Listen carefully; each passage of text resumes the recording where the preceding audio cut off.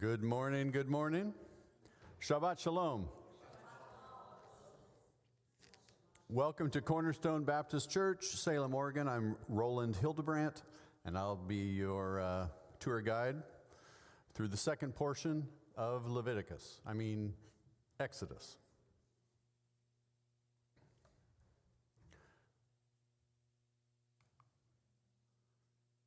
Vaera. The second reading from the book of Exodus and the 14th reading from the Torah is named Vaera, which means, "And I appeared."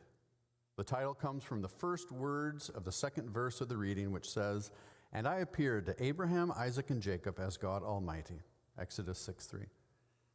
The portion begins with four expressions of redemption, whereby God promises to bring Israel out of Egyptian bondage.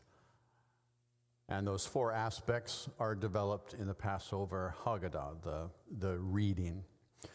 If you didn't have that tradition, those four things probably wouldn't jump out at you as you read through this portion.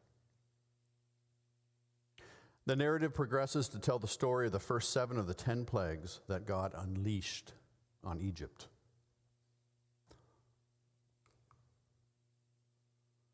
This portion starts in Exodus 6, goes through Exodus 9, starts with God's promises of deliverance, the genealogy of Moses, his brother Aaron.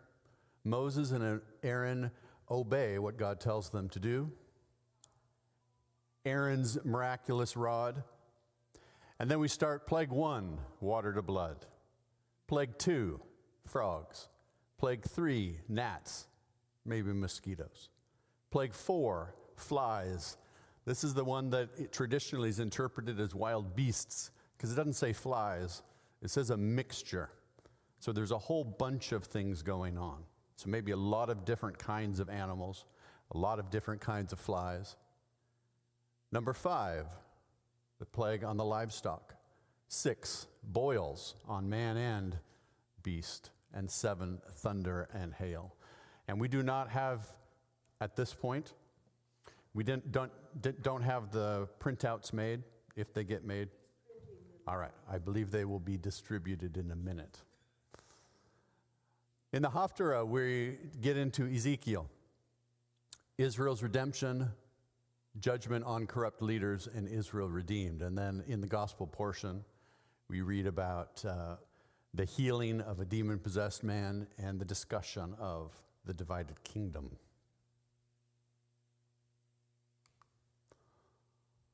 We've been reading through Psalm 119 to get us prepared and ready to read publicly from the scriptures.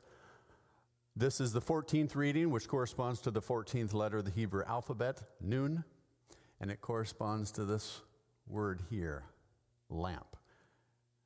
Please stand. Let's read this together as we get ready to dig into Torah. Your word is a lamp to my feet and a light to my path.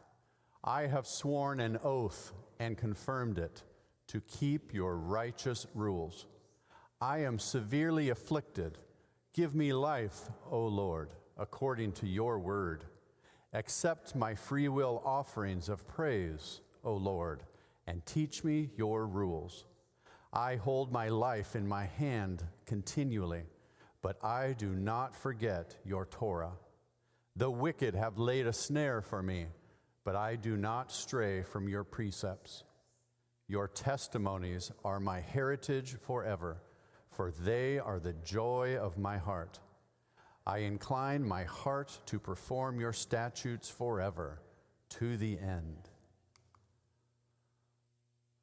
Elohim spoke to Moshe and said to him, I am the Lord. You may be seated. And I believe there are handouts at this point.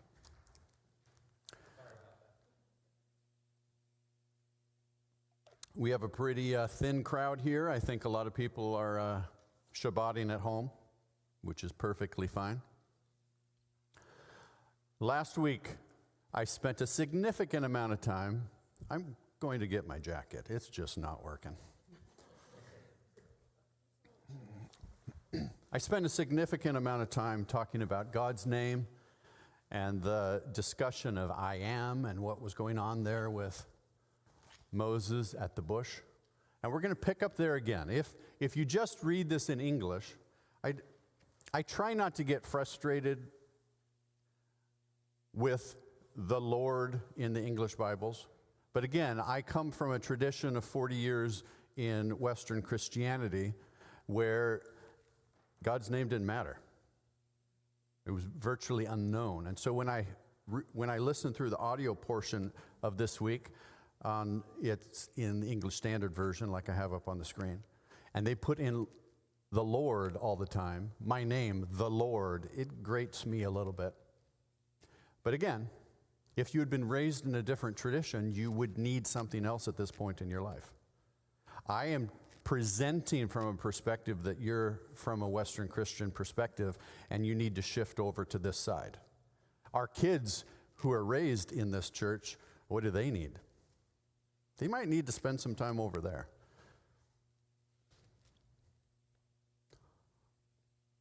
Elohim spoke to Moshe and said, I am Yehovah. I appeared to Avraham, Yitzhak, and Yaakov as El Shaddai, which means God Almighty.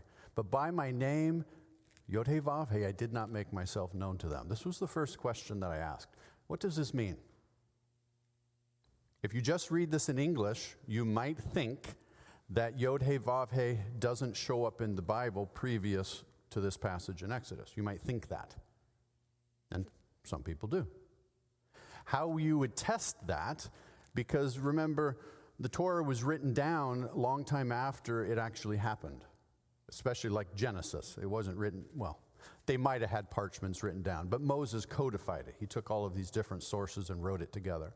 So the question is, does the Tetragrammaton, the four-letter name of God, show up before Exodus 6:3 or 2? The answer is yes. But do people actually say it? Because some people also argue that Moses went back and put it in there to help clear it up for us, that they indeed were talking to this Yehovah that he's talking to now. So then you go back and you have to look in quotes. Did anyone say God's name before Exodus 6? In Genesis 5:29 is the first time someone says it. It's Lamech talking about his son Noah. And he says, this one will give us rest from the toil from the ground that Yehovah cursed. So yes, people were using the name. So we have to throw out the fact that nobody knew God's name. So what does it mean? By my name, Yehovah, I was not known to them. So I'll present a couple other ideas. One idea is all of the miracles God had done, let's not include creation in that because I think that's pretty big. All of the miracles and interventions that God had done, including Sodom and Gomorrah, things like that, they were at this level, and what God is going to do with the Exodus is at this level. So it's like you knew Yod-Heh-Vav-Heh at this level, but he's so much bigger and stronger and more powerful than you can imagine. He's at this level. So it's kind of like you're in a relationship with someone and you think you know them, and then you learn something about them, and then you're like, from this new perspective, I didn't even know them before. I didn't even know who they were. So that might be an explanation of what's going on here. Another one we see a little bit later with this language down here, my people, my God. That's an intimate marriage language. So some people take it to mean they knew God, Yod-Heh-Vav-Heh, in a less intimate way than they're going to know him. So again, that's how you learn something about someone. It's like they were dating, they got married. The relationship has changed in the level of intimacy. Other people take it to mean that this was a God to individuals, and he's going to become a God to a nation of people. So again, it was at one level, and it goes up to another. Yes, they knew God's name, but there is something that's going to happen in this story that blows their mind. I said last week when I talked about the greater Exodus, there's going to come a time when what God does is so big that when you look back at the Exodus seems small. And I think the same thing is happening here. So we're going to go back a level. The Exodus is coming that's going to be so big that they're going to look back on what God did with Abraham, Isaac, and Jacob and think it was small. Doesn't mean insignificant or it wasn't important. It just means by degree. I'm going to make myself known to them. I also established my covenant with them to give them the land of Canaan, in which they lived as sojourners. I like this established. It's guaranteed that he's going to give it to them, although he hasn't given it to them yet.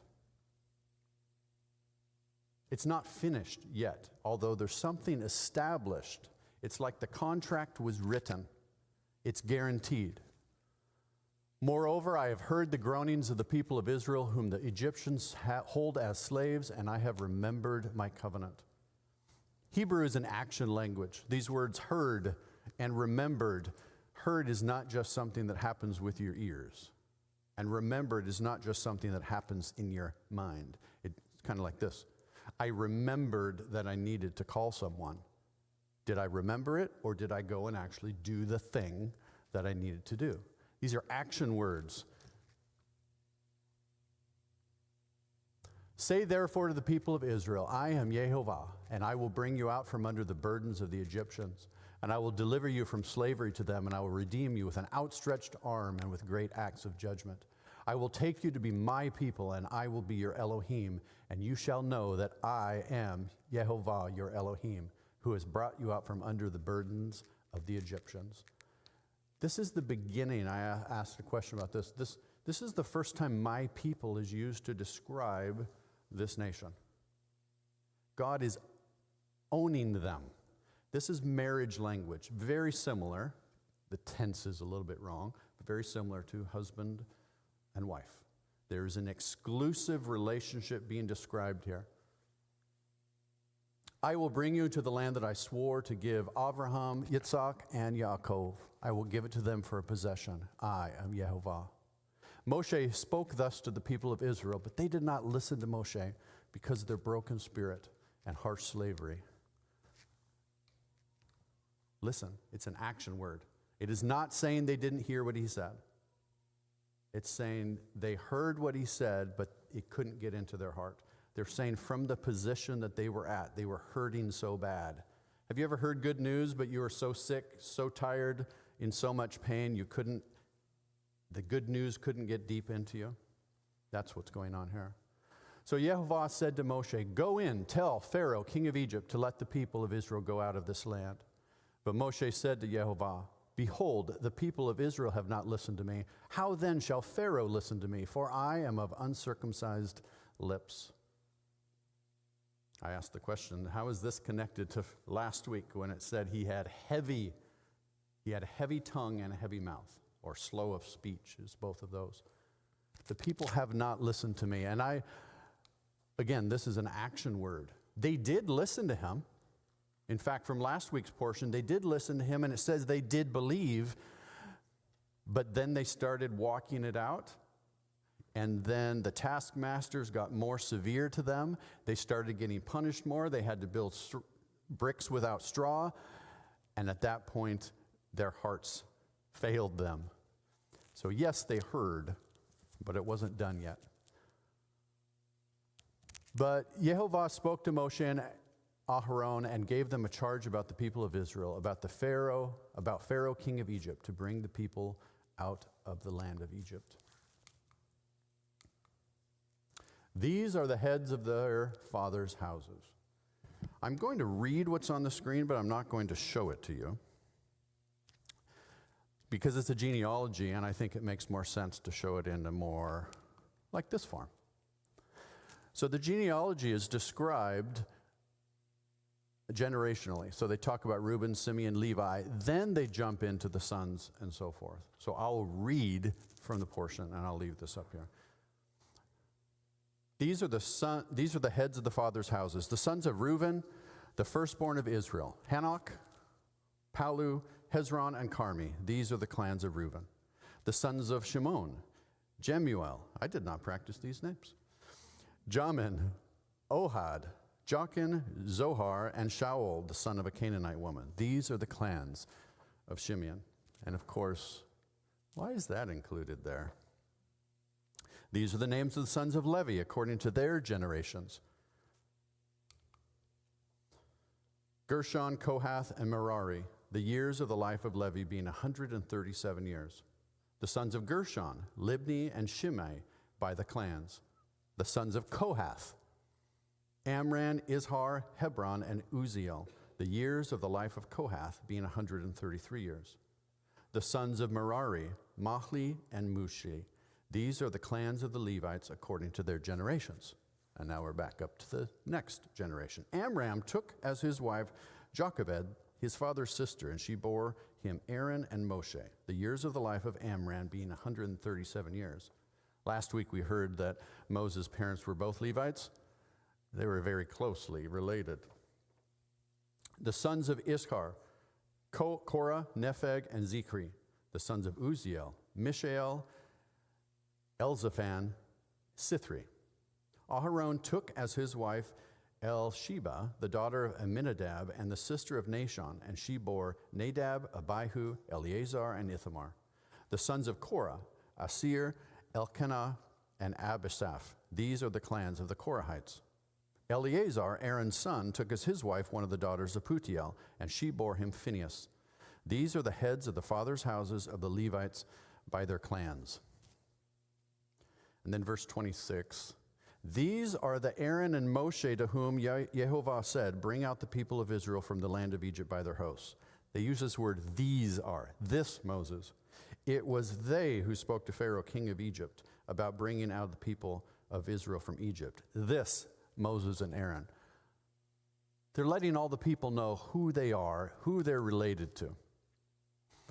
Other things of note. In this genealogy, how many generations lived in the land? Levi showed up in the land when he was about 47 years by the calculation that we were doing before. Probably he had these sons, Gershon, Kohath, and Merari at that time. So Kohath was a little boy when he first came. Let's say Amram was born when Kohath was 40 years old. And let's just say Aaron was born when Amram was 40 years old. Aaron and Moses are right now a little bit over 80. So unless we develop some gap theory, you heard of gap theory? It's where you put time, extra time between individuals in a timeline.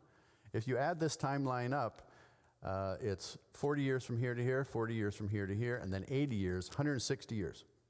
So were they in the land 160 years or 400-ish?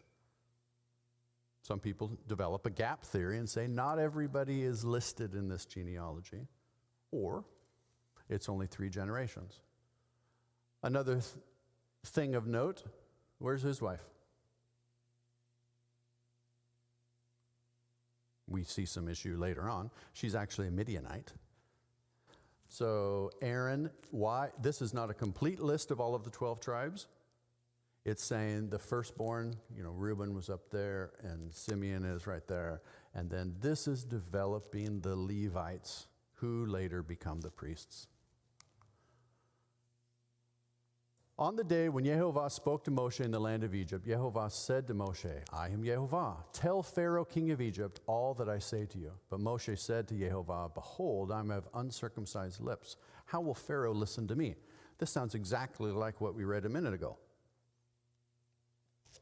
So did Moses tell God twice that he's of uncircumcised lips? There's no punctuation in Hebrew. So when you're telling a story and you want to, I'll just do this. This is all the text that I just read, and the part that's in the larger font are those 2 things saying I have uncircumcised lips. Pharaoh's not going to listen to me. You don't have to read the small part. This is a parenthetical statement. The writer's like, where am I going to put this genealogy in? It doesn't exactly fit anywhere.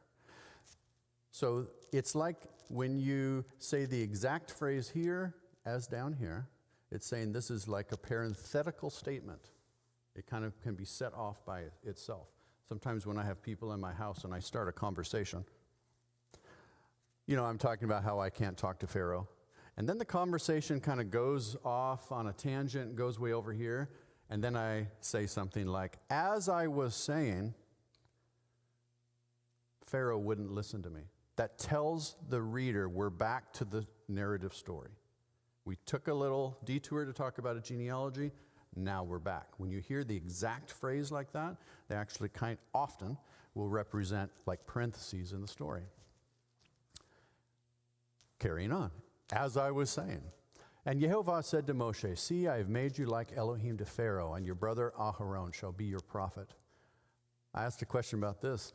This word like is not in there. We add it because we don't understand what this sentence means.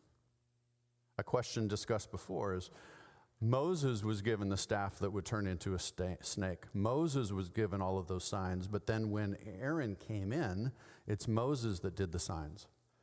So think of it from Pharaoh's point of view. Two guys come into your house, into your palace. One of them tells the other one what to do. One of them seems like God to Pharaoh, and one of them seems like the interpreter or the prophet. So it's Aaron that's actually doing the signs, and Moses is telling him what to do. Of course, we understand it's God telling Moses what to tell Aaron to do, but from Pharaoh's point of view, I think this is kind of what he's thinking. You shall speak all that I command you, and your brother Aaron shall tell Pharaoh to let the people of Israel go out of his land. But I will harden Pharaoh's heart, and though I multiply my signs and wonders in the land of Egypt, Pharaoh will not listen to you. If you haven't studied this hardening, there's 3 different words used, and sometimes God does it to Pharaoh, and sometimes Pharaoh does it to himself. It's a really interesting progression.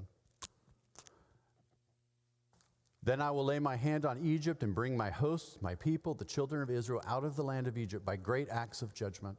The Egyptians shall know that I am Yehovah when I stretch out my hand against Egypt and bring out the people of Israel from among them. Moshe and Aharon did so. They did just as Yehovah commanded them. Now Moshe was 80 years old and Aharon 83 years old when they spoke to Pharaoh. Then Yehovah said to Moshe and Aaron, when Pharaoh says to you, prove yourself by working a miracle, you shall say to Aharon, take your staff and cast it down before Pharaoh, that it may become a serpent. They walk into Pharaoh's court. They say, our God, a God that you don't know, told us to tell you to let us go. It's a perfectly reasonable thing for Pharaoh to ask for proof. Yeah, prove it to me. Work a miracle. So Moshe and Aaron went to Pharaoh and did as they commanded. Aaron cast down his staff before Pharaoh and his servants, and it became a serpent. Then Pharaoh summoned the wise men and sorcerers, and they, the magicians of Egypt, also did the same with their secret arts. Some versions say magic there. So he throws down his staff, it turns into a snake, and it's realistic enough that the first time Moses saw this, it scared him. So it's real. And it's dangerous. It's not a garter snake. It's a poisonous snake. So how long between him throwing down his staff and going to get the magicians to come in? Like, is this a minute, an hour, and his staff? It's just very interesting. For each man cast down his staff and they became serpents, but Aharon's staff swallowed up their staffs. Still, Pharaoh's heart was hardened. He would not listen to them, as Yehovah had said. I also think this is funny because eventually Aaron's going to pick up turn his snake back into a staff, and now inside his staff are all of the other wooden staffs. I think that's funny. So we're back at the beginning. I don't know if we have a class this morning. Nope. So we're all in here. This is our chance to have some discussion. The questions I've asked are to prompt discussion. You can share what's on your heart and mind. This is a large portion, as usual. Any questions, thoughts?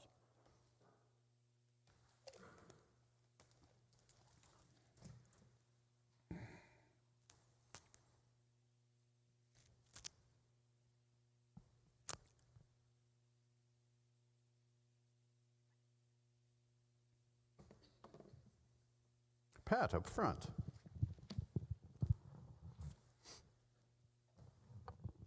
One of the word studies set apart, the Hebrew is palah, and it means to distinguish, put a difference, separate, or show marvelous. And I noticed it seems to be related to the word we see in Isaiah 9:6. Unto us a child is born, a son is given. His name shall be called Wonderful, and that word wonderful is Pele. So they seem to be related. I saved myself a little bit of time this week. We moved this week. So I didn't make a slide for the word study. Tim, upstairs. Sort of upstairs. I had something else, but the Pela, or that word is actually really interesting, because if you look at it, it means wonderful and acts, miracles done by God. And so they're attributing that miracle done by God to the future son of David. So it's helping demonstrate Yeshua's divinity in the passage of Isaiah. If you look at every time the word is used, it describes who God is and his wonders and his miracles. I think there was one instance where it wasn't, but I think the majority are. But another interesting thing, in Exodus 6:7, it says, I will take you as my people, and I will be your God. Then you shall know that I am the Lord your God, who brings you out from under the burdens of the Egyptians. So that's like a key passage for almost the whole Bible, where it says, I will take you as my people, and I will be your God. Or they will be my people, and I will be their God, and I will dwell among them. And it's this idea that God's taking out from among the nations, or from the people, a people for himself, and then he wants to be their God. So it's this committed covenantal relationship. And even at the end of Revelation, you see that. So I found that really interesting, and that really stood out to me as I was reading the Torah portion this week. So it's just interesting how God does that. He does that by signs, by wonders, and it's amazing that we get to be a part of that and be led into his kingdom through faith in his beloved son, Yeshua. Yeah. Jenny. I have something else about my people when I was looking these up, and also in the Strongs. People can mean it's the ayin and the mem. And I also heard that people, it's plural for anashim. Anashim could be either men or people. So in 5971, those tribe, troops, attendants, a nation, folk men, and then 6004, they're huddled together. So that's what stood out for me. And then number 163, my name. I did not make myself known, and Jehovah comes to mind. That wasn't known to them, but I think El Shaddai means God Almighty. He conveys a concept of power and might. And Yahweh, or Yahuwah, God reveals himself in his actions by redeeming the people from bondage and meets their needs, accepts their needs, and then they entered in covenant with him. So Yeah. it was just like a giant marriage proposal, that being in covenant with him, because he loves us so much. And I thought, wow, having Elohim love us that much, I thought, wow, I love him back. I want to follow him and his son. Yeah. So we went 2 weeks, and we didn't talk about the word studies, so I left it off this week. I try not to have a long discussion about anything that you can't see, because it's just hard to follow. Did you understand what I meant on the we, or on the my people, was in quotes? So when you type it in search, like a Bible study or a website, if you type in just my people, it'll show all of the verses that show the words my and people in it, but not necessarily in that order. So if you put my people in quotes and you go back, it shows up in Genesis quite a few times, but it's not God talking about his people, it's people talking about their people. And it's not until Exodus where we hear this my people thing. So back to what Tim brought up, Adam and Eve in the garden, if we ask the question, who are God's people? It would be Adam and Eve. In the time of Noah, before the flood, who are God's people? It would be Noah and his close family, which is a subset of the people on the earth. After the flood, who are God's people? All the people again. And then Abraham shows up. Who are God's people? Again, a smaller group. Abraham has 2 sons. One of his sons is going to be called my people. Isaac has 2 sons. One of his sons is going to be called my people. Jacob has 12 sons, and all 12 of them are called my people. So it's like the circle of all the people gets smaller and smaller and smaller, and then we look prophetically, and we look through Messiah, and that circle gets big again. So we have a circle getting smaller. God's people are a subset, an exclusive group. It's becoming more and more centralized, and then all of a sudden, prophetically, it goes like this again. Who's next? So I feel that this portion's about that. He says that he's revealing himself to his people. And he also says he's revealing himself to the Egyptians. His people, just as today and back then, their job is to reveal him to other people, the other people on the world, around the world, because he does wish all to be saved. Yeah.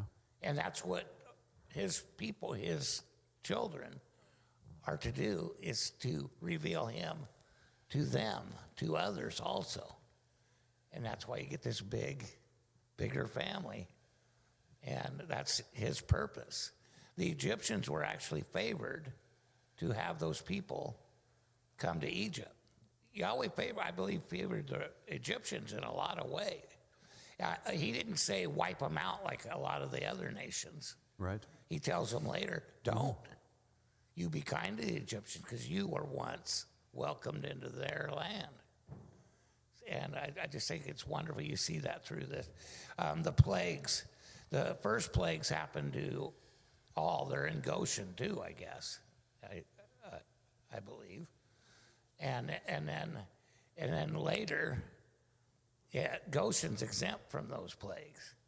And to get that to today, we have to go through a lot of the same things that even the heathen do to learn, but then when Yahweh shows us exceptional and favor, that causes the heathen to want to come to our God. Hallelujah. Hallelujah. Joshua. Yes, mine was on a similar vein as that. I was very interested in the question that you started off with what does it mean for Yehovah to make himself known? And instantly I thought of, Jesus saying, I came to men, but the men did not receive me. Like I tried to make myself known, and they didn't receive me. And then the other thing that sticks out to me that I really try to make connections about, I've meditated on this for a long time, and I'd love input on it. But then what we see is that the way that the Father is revealing himself is through serpents. Okay? And when he's revealing himself here, the serpent is the biggest serpent. It's the strongest serpent. When they're walking through the desert, they raise up a serpent, and that's what heals them. Yeah. And then Jesus says that the Son of Man must be lifted up like a serpent, and he was hung on a cross as if he was the serpent himself. Yeah. And so these are just fascinating, and then he says, you who are wicked, right? And he's referring to, Israel, who are his people. If you know how to give good gifts to your children, if your son asked for bread, would he give or if he asked for a fish, would he give him a serpent? Well, Adam was given a serpent. Was he not? Did he not ask for bread? Or did he not ask for a fish?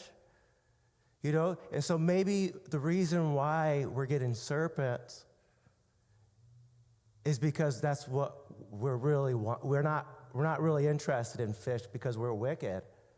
And God has given us what we want: serpents. Interesting. Yeah, back to the garden. Who made the serpent? God made the serpent.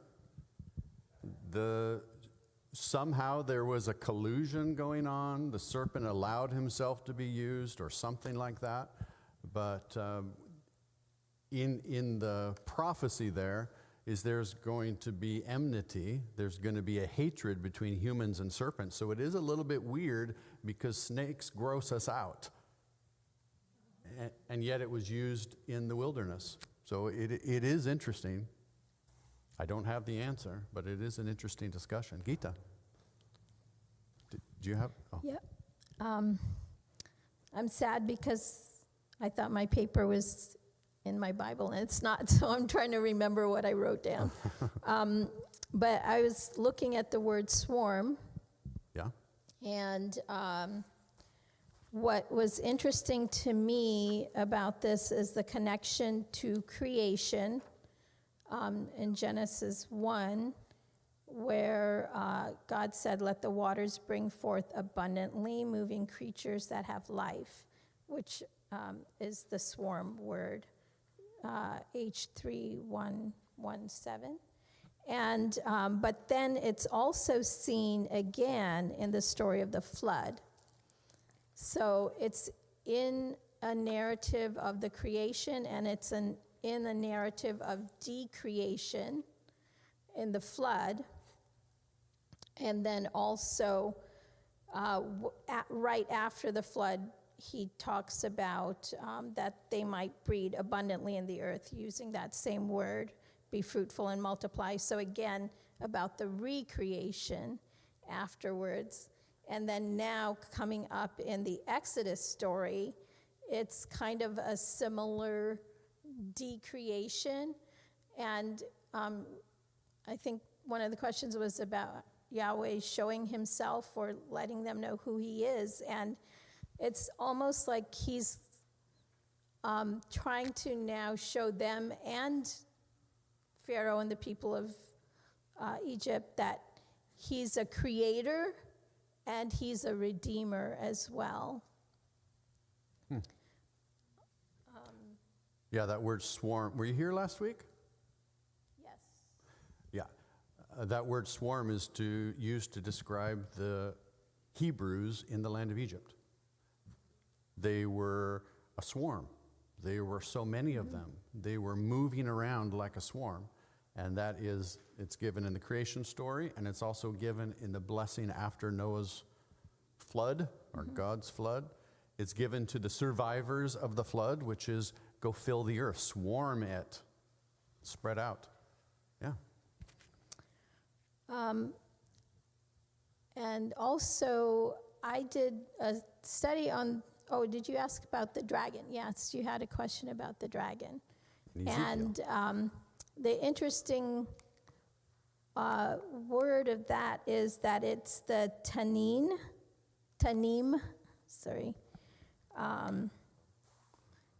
and that's also found in the creation story, because in the waters, he said besides the fish, he mentioned another creature, which is translated as whale, but it's the tanim. Yeah, Leviathan. But that's also what is used to speak of Pharaoh. And so the other thing that's really cool that I looked at this time when we were looking at this narrative of the wonders that Yahweh did was and how he presented himself through Moshe to Pharaoh, it's like it's a God contest. So it's almost similar to what was happening with Elijah on Mount Carmel. Like, your God, which God is greater? And this was, again, for the children of Israel to see, as well as all the other people who were there, the followers of Baal. And it was a contest. Who's going to make this happen? And this is what Yahweh is kind of doing with Pharaoh at this time. Pharaoh's making the claim that he's the great God, and I'm making these people serve me, and I'm going to make them serve me with a lot of hardship and everything. And Yahweh is saying, no, I am the great God, and these are my people, and they are going to serve me. But when we serve him, it's he treats us with care and compassion versus hardships. So I thought that was really cool, the picture of that, which ultimately then points to the cross, which is the culmination of that contest of God's power. Yeah. So in an ancient culture, a polytheistic culture, if you had this city-state go to war with this city-state, and this group worships a certain god, and this group worships a different god, and they go to war, and this side wins, on the very surface level, you could say this army was better than this one. But on a spiritual level, they would say this God is more powerful than this God. So when you have cultures collide, the winner has the more powerful God. And one thing that Creator God is showing us through the Exodus story is he's not a territorial spirit, which means he's not tied to a certain geographic place. The gods of Egypt were tied to Egypt. Like the god of the Nile was stuck in the Nile. He was ankle deep in the Nile. He wasn't allowed to go up into Canaan to wage war. But our God, as described through this Exodus story, came from wherever he was and went into Egypt and did battle there and took his people out. God is not limited geographically, whereas they were. Number 3 here, the great dragon. Is this referring to Pharaoh or something else? That's the question. You can read often prophetic portions in many different ways. So it might just be talking about Pharaoh. Or quite literally, what is the dragon that lives in the Nile? Literally, a crocodile. Imagine the stories being told in other nations about a crocodile. If you've never seen one, how would you describe it? That's a great dragon. Or maybe it's another level of figurative. Do we ever hear about spiritual entities being tied or bound in rivers? Is your hand up? In the back. Do you ever hear about spiritual entities stuck in rivers, bound in rivers, tied in rivers? Yes, we do. So we might be talking about Pharaoh. We might be talking about a crocodile. We might be talking about some principality that's connected with the Nile. Yeah, go ahead. Yeah, so just a perspective to consider in general. The word dragon, as we interpret it, did not exist back then. The more literal translation of it would probably be giant lizard. So it is quite possible that it was referring to a reptile of some kind, or as some people theorize, even some kind of dinosaur. I mean, I think it's more realistic to say it was something like an alligator or a crocodile, especially considering it is referring to the Nile. But also, like you mentioned, it is possible that it is also referring to something more spiritual. Yeah.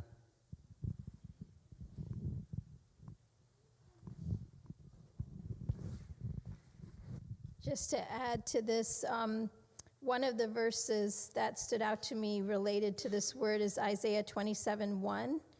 In that day, Yahweh, with his sword and great and strong sword, shall punish Leviathan, the piercing serpent, even Leviathan, that crooked serpent. He shall slay the dragon that is in the sea.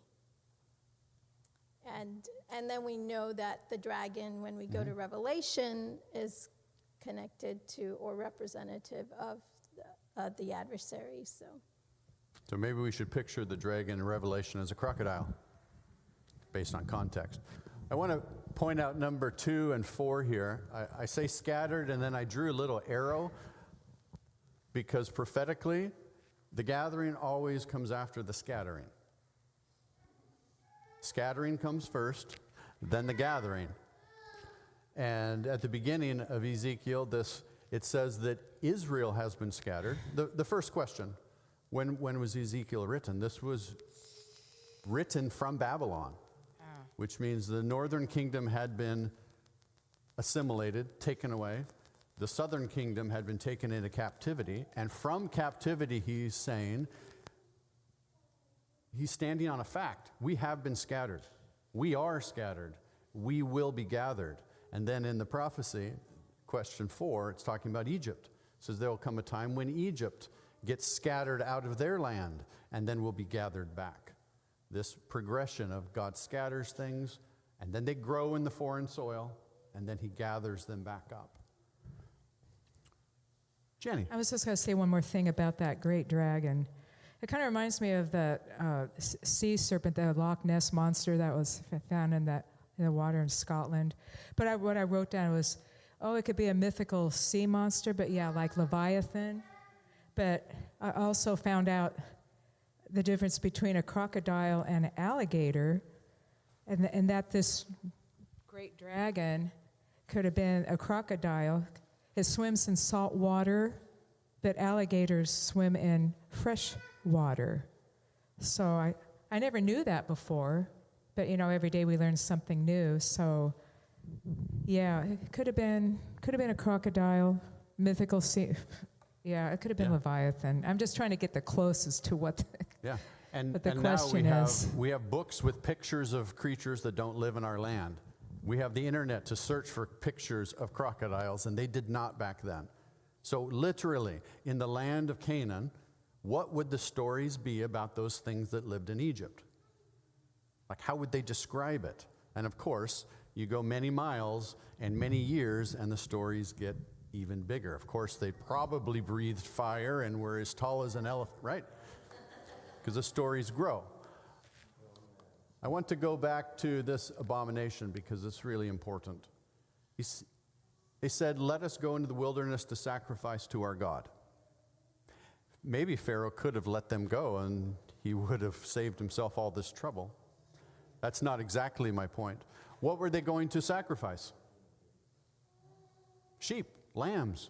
And that was an abomination to the Egyptians.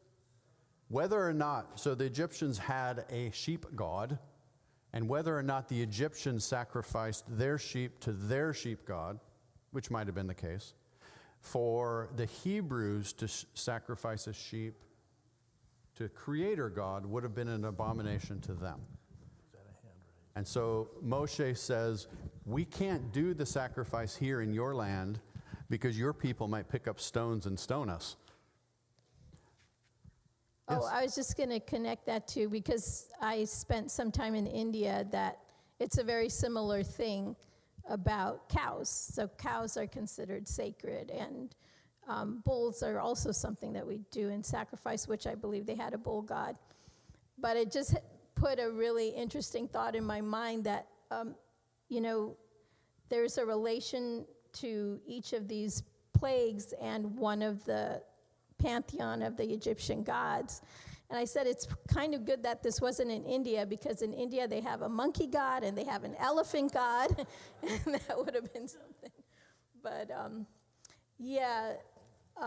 definitely you can understand that concept of the abomination if you've ever been in India and have that knowledge that people don't usually kill cows. So people who are like Muslims and Christians who eat cow, they kind of do it in a very quiet way, and so they're not causing kind of an offense to their neighbors.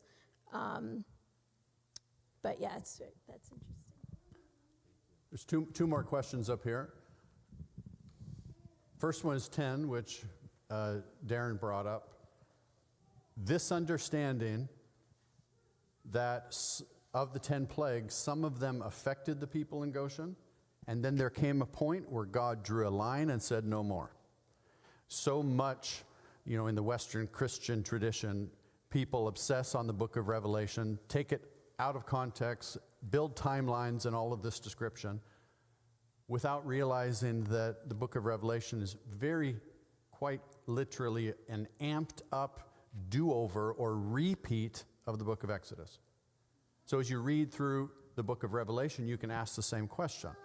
Where in the process is the line drawn in the sand where Goshen, or God's people, are protected? So that's the first question. And the other one is this one. It said some of Pharaoh's servants feared Yehovah. That feared means obeyed. As the plagues got worse and worse, more of the Egyptians said, I'm going with the Hebrews versus going with the Egyptians. This is what happens, and this is part of the gathering process. When God's people are in a foreign land, other people gather to them. So when God's people get harvested, in the clutch are some other people who just happen to live like and act like God's people. Another way to say it, we'll get to it in the Passover story, which is next week. If there were Egyptians following God, I think there probably also were Hebrews following the Egyptian gods. Which means when the Passover story shows up, I think there were Egyptians who put blood on their doorpost, and there were Hebrews that said, doesn't matter.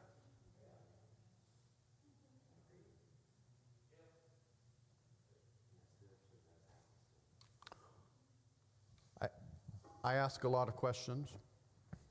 Was it real blood or was it blood red? Regardless, it was red enough that it killed the fish. And fish probably can't swim in blood. You know, they probably can't breathe it.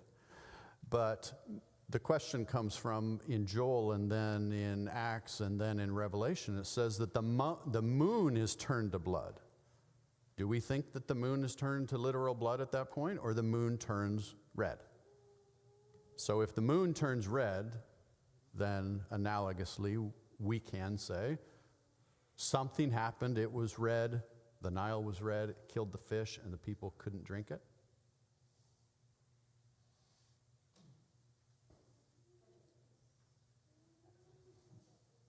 Who else? Pat, up front.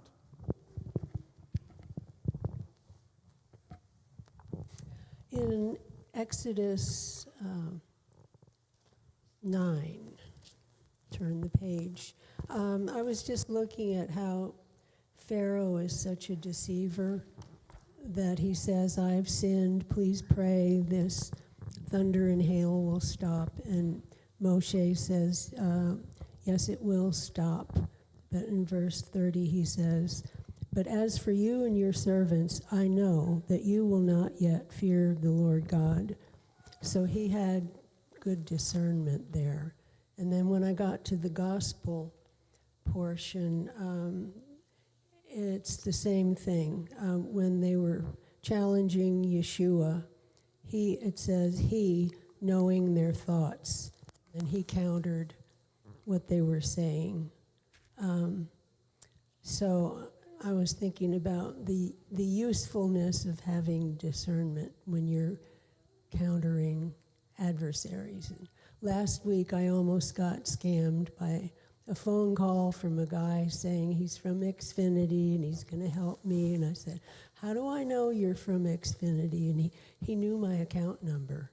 So deceivers sometimes throw in a bit of truth. Mm-hmm. But finally, I knew it wasn't right.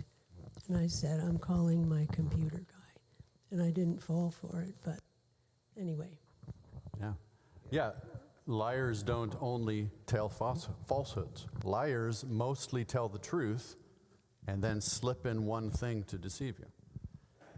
This question here about to test him. The legal process in the first century Judaism of proving someone guilty of blasphemy or whatever they called it, the first step was simply to observe. And if you look through the Gospels, there's a period of time where the religious leaders, the Pharisees or their spies or whatever, they simply observed. And then there's a shift. So what they do is they observe and they bring back a report to the Sanhedrin or whoever. They bring back a report saying he's saying these things, he's saying these things, he's saying these things.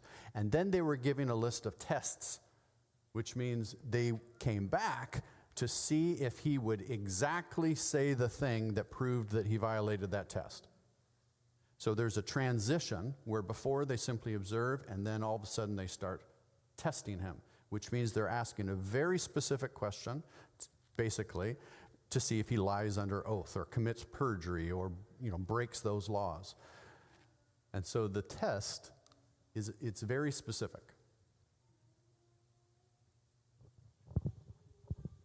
So oftentimes, Yahweh tests us. But the test is to show us, if we're the one taking the test, to show that one how smart they are or what they've learned or who they are. Yahweh, I believe, tests me. He knows who I am, but he tests me to reveal it to me, who I am, how weak I am, or strong in other areas. And so testing is really for the person that's being tested. Yeah. We have a couple more minutes.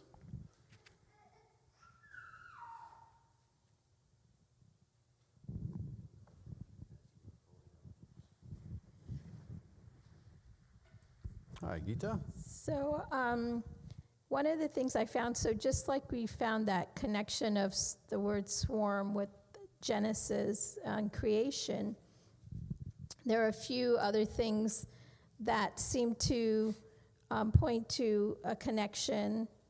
The gnats were brought up from the dust, and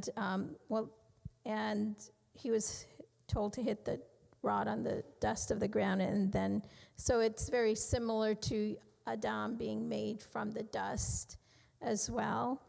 And and the frog is interesting because the frog was made, and it specifically explains in this how they came out of the water to the land and filled their houses, and then they were sent back to be only in the water. So it's kind of like they were blurring this command of what Yah made in the beginning of, like, the fish stay in the water and the fowl in the air, and then the land animals are there, and it's kind of blurring that and going against that. And then for the we're not there yet, but for the darkness, it's interesting that he actually uses the phrase, let there be darkness, which is the opposite of let there be light. But I also think it's significant just to bring to mind again that the water turning to blood in the Nile was so much of a judgment and a bringing to the surface and pointing out, like Pharaoh, when he killed the firstborn, when he killed the young boys, he kind of tried to do it in a way that was quiet, like just throwing them in the water. You didn't see the blood, you didn't hear the cries, but by showing the blood in the water, he was saying, I know you killed my people and these boys, and we're accounting for their lives that you took, rather than it being just something quiet to go away in the night. I like that.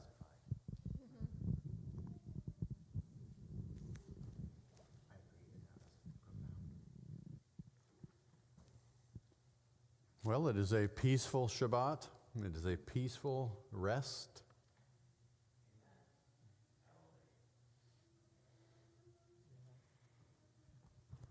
Oh, Jose, this is probably our last.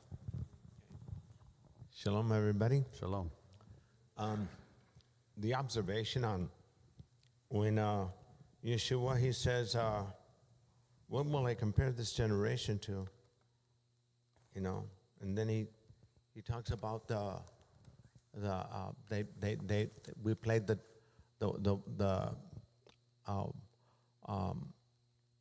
wedding song and you didn't dance, and the morning and you didn't, you know, and it's like, damned if you do, damned if you don't, you know. It's like there's no pleasing these people. And another observation that I noticed is that, like, for instance, in the book of Matthew, it says that in chapter 12, verse 28, it says, but if I, with the Spirit of God, cast out this demon. And then in Luke, verse 20, 11:20, it says, but if I, with the finger of God, cast out this demon. And the observation is in sin with the Spirit of God, with the finger of God, that means he has the authority. He has the authority to accuse him and to cast him out, you know. And yeah, that's amazing. And I'm talking about divinity, that he has the spirit of Yah, and he has the authority of Yah. Yeah. And finger of God is mentioned back in Exodus. That's what Pharaoh's magic men say about what's happening. Let's close this portion in prayer. Father, I thank you for this beautiful day. Thank you for the sunshine. I thank you for the peace and rest. Be with each of us as we spend the rest of this day resting in your presence. In your Son's holy name. Amen. We'll see you back here in about 15 minutes.